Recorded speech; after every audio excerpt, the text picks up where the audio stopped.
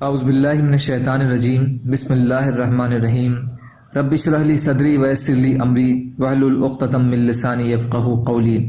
حیات الصحابہ رضی اللہ تعالی عنہم، حصہ اول، دعوت کا باب۔ حضرت ابو ہریرہ رضی اللہ تعالی عنہ کی بھوک کا قصہ، دوسرا حصہ۔ حضرت ابو ہریرہ رضی اللہ تعالی عنہ فرماتے ہیں کہ ایک بار مجھ پر 3 دن ایسے گزرے کہ مجھے کھانے کو کچھ نہیں ملا۔ میں گھر سے صفہ جانے کے ارادے سے چلا، لیکن میں راستے میں کمزوری کی وجہ سے گرنے لگا۔ مجھے دیکھ کر بچے کہتے کہ ابو ہریرہ کو جنون ہو گیا ہے۔ میں پکار کر کہتا، نہیں تم مجنون ہو، یہاں تک کہ ہم صفہ پہنچ گئے۔ وہاں میں نے دیکھا کہ حضور صلی اللہ علیہ وسلم کی خدمت میں 2 پیالے سرید لایا گیا ہے، اور آپ نے اہل صفہ کو بلا رکھا ہے اور وہ سرید کھا رہے ہیں۔ میں گردن اونچی کر کے دیکھنے لگا تاکہ حضور صلی اللہ علیہ وسلم مجھے بلا لیں۔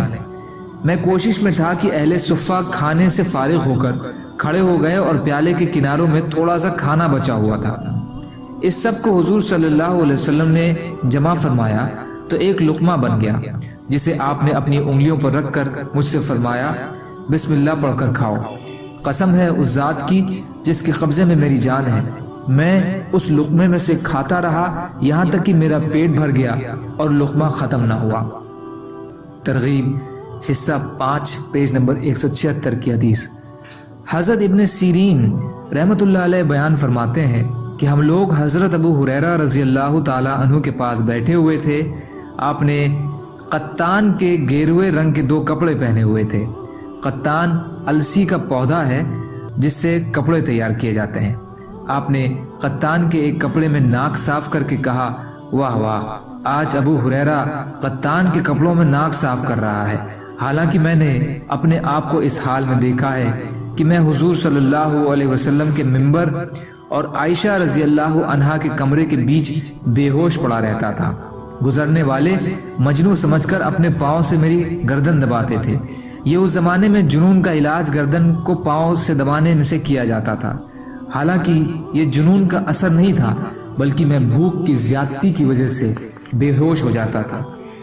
یہ حدیث ترغیب، حصہ 3، پیج نمبر 397، اہلیہ حصہ 1، پیج نمبر 378، ابن سعد حصہ 4، پیج نمبر 53 پر ہے۔ ابن سعد کی روایت میں یہ بھی ہے کہ میں نے اپنے آپ کو اس حال میں دیکھا ہے کہ عفان کے بیٹے اور غزوان کی بیٹی کے یہاں مزدوری کر کام کیا کرتا تھا، اور میری مزدوری یہ تھی کہ مجھے کھانا ملے گا اور سفر میں اپنی باری پر سوار ہونے کا موقع ملے گا۔ جب وہ لوگ سوار ہو جاتے تو میں سواری کو پیچھے سے ہانکتا، اور جب وہ کہیں ٹھہرتے تو میں ان کی خدمت کرتا۔ ایک دن غزوان کی بیٹی نے مجھ سے کہا، تم ننگے پاؤں سواری کے پاس آیا کرو اور کھڑے کھڑے اس پر سوار ہوا کرو، یعنی ہم تمہاری وجہ سے دیر نہیں کر سکتے، نہ اس کا انتظار کر سکتے ہیں کہ تم پاس آ کر جوتی اتارو اور پھر سوار ہو، اور نہ تمہیں سوار کرنے کے لیے سواری کو بٹھا سکتے ہیں۔ اور اب اللہ نے غزوان کی بیٹی سے میری شادی کرا دی ہے، تو میں نے بھی اس کو مذاق کے طور پر اس کی بات یاد کراتے ہوئے کہا، تو ننگے پاؤں سواری کے پاس آیا کر اور کھڑے کھڑے اس پر سوار ہوا کر۔ اس سے پہلے ابن سعد نے سلیم بن حیان سے یہ روایت کی ہے کہ وہ فرماتے ہیں کہ میں نے اپنے باپ سے سنا، وہ فرما رہے تھے کہ میں نے حضرت ابو ہریرہ رضی اللہ عنہ کو فرماتے ہوئے سنا ہے کہ میں نے یتیمی کی حالت میں پرورش پائی اور مسکینی کی حالت میں ہجرت کی، اور میں بسرا بنت غزوان کے یہاں مزدوری پر کام کرتا تھا، جس کے بدلے مجھے کھانا اور باری پر سواری پر سوار ہونا ملتا تھا۔ جو وہ لوگ جب کہیں اترتے تو میں ان کی خدمت کرتا، اور وہ سوار ہو جاتے تو ہودی پڑھتا۔ پھر اللہ نے بسرا سے ہی میری شادی کرا دی۔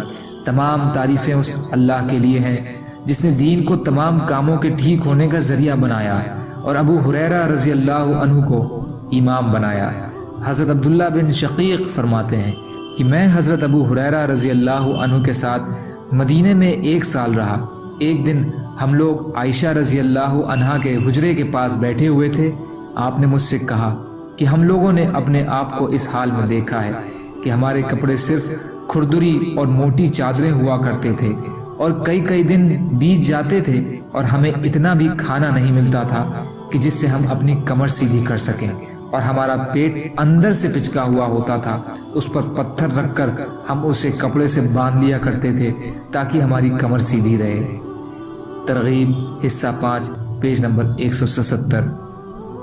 امام احمد رحمۃ اللہ علیہ حضرت ابو ہریرہ رضی اللہ عنہ سے روایت کرتے ہیں کہ انہوں نے فرمایا کہ نبی اکرم صلی اللہ علیہ وسلم کے زمانے میں ہمارا کھانا صرف کھجور اور پانی تھا۔ اللہ تعالیٰ کی قسم، ہمیں تمہارا یہ گندم یعنی گیہوں نظر بھی نہیں آتا تھا، اور ہمیں پتہ بھی نہیں تھا کہ یہ گندم کیا چیز ہوتی ہے۔ اور حضور صلی اللہ علیہ وسلم کے زمانے میں ہمارا لباس دیہاتیوں والی ایک اونی چادر تھی۔ حیثمی حصہ 10 پیج نمبر 321۔ سبحان اللہ و بحمدہ، سبحانک اللہم و بحمدک، اشہد ان لا الہ الا انت، استغفرک و اتوب الیک۔ سبحان ربک رب العزت عما یصفون، وسلام علی المرسلین، والحمد للہ رب العالمین، برحمتک یا ارحم الراحمین۔ لا الہ الا اللہ محمد رسول اللہ۔